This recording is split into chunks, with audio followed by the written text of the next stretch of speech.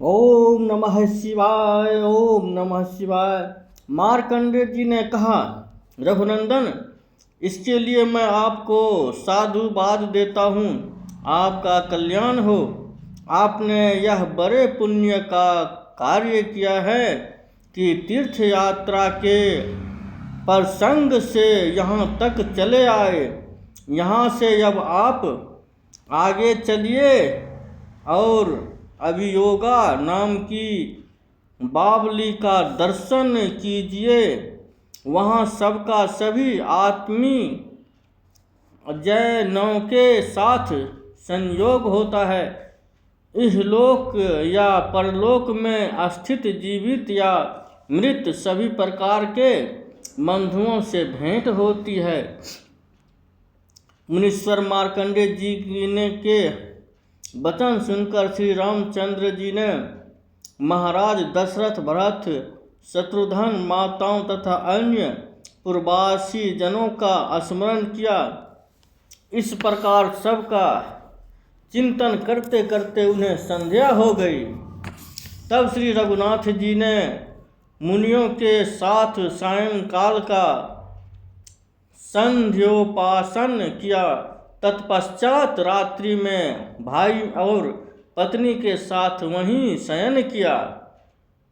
जब रात्रि का अंतिम प्रहर व्यतीत होने लगा तब श्री रघुनाथ जी ने स्वप्न में देखा वे पिताजी तथा अन्य संबंधियों के साथ अयोध्या में विराजमान हैं। वैवाहिक मंगल कार्य संपन्न समाप्त करके वे बहुत से बंधु बांधवों के साथ ऋषियों से घिरे बैठे हैं। साथ में पत्नी सीता भी मौजूद हैं।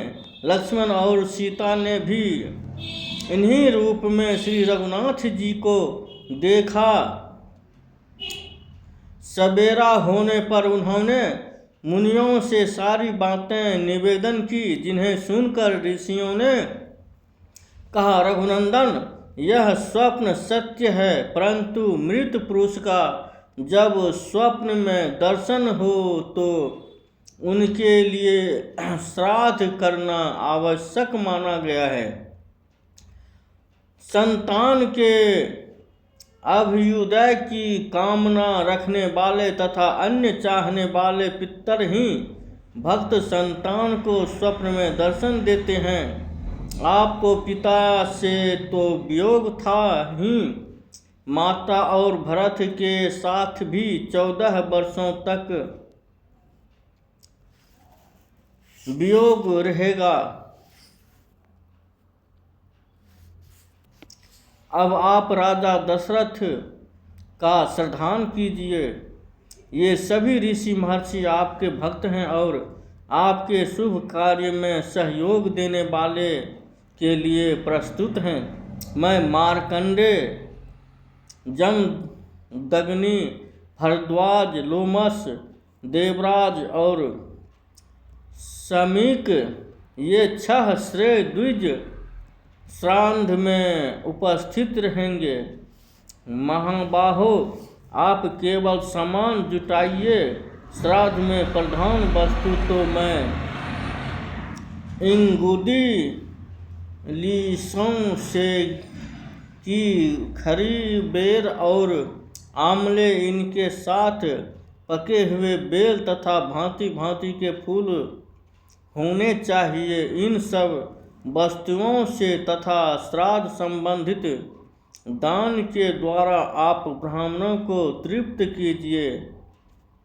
सुव्रत पुष्कर के वन में आकर जो नियम पूर्वक कहता और नियमित आहार करके श्राद्ध आदि के द्वारा पितरों को तृप्त करता है, उसे अश्वमेध यज्ञ का फल प्राप्त होता है। श्री राम, आप श्राद्ध की सामग्री एकत्रित कराइए। हम लोग स्नान करने के लिए ज्येष्ठ पुष्कर में जा रहे हैं।